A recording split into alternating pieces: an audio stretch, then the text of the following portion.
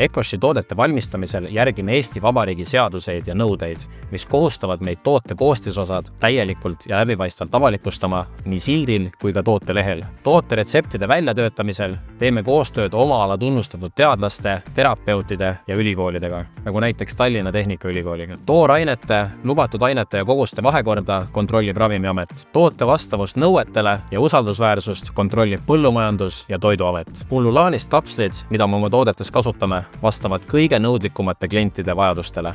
Polusahhariidist pullulaankapslid on taimsed, kristallselt selged, säilitus GMO ja allergeeni vabad ning saadud looduslikult puhtast tärklisest kääritamise teel. Toidulisanditesse mitte kuuluvaid aineid, mida tihtipeale fillerite all silmas peetakse, me ei kasuta. Meie toodetes kasutatakse täiteaineid vaid seal, kus see on toote efektiivsuse ja kvaliteedi tagamiseks hädavajalik. Näiteks probiootikumid sisaldavad kiudaineid ja mahedat toortatrajahu, kuna piimhappebakterid pole võimalik kapseldada ilma kandjata. Ilma selleta kaotaksid bakterid oma aktiivsuse ja toode oma väärtuse. Tugev tsingi tooraine vajab samuti kandjat, et tagada ohutu manustamine ja kapseldamine. Meie tsingi kandjaks on maheriisijahu. Meie toodetes on ainult see, mis seal olema peab.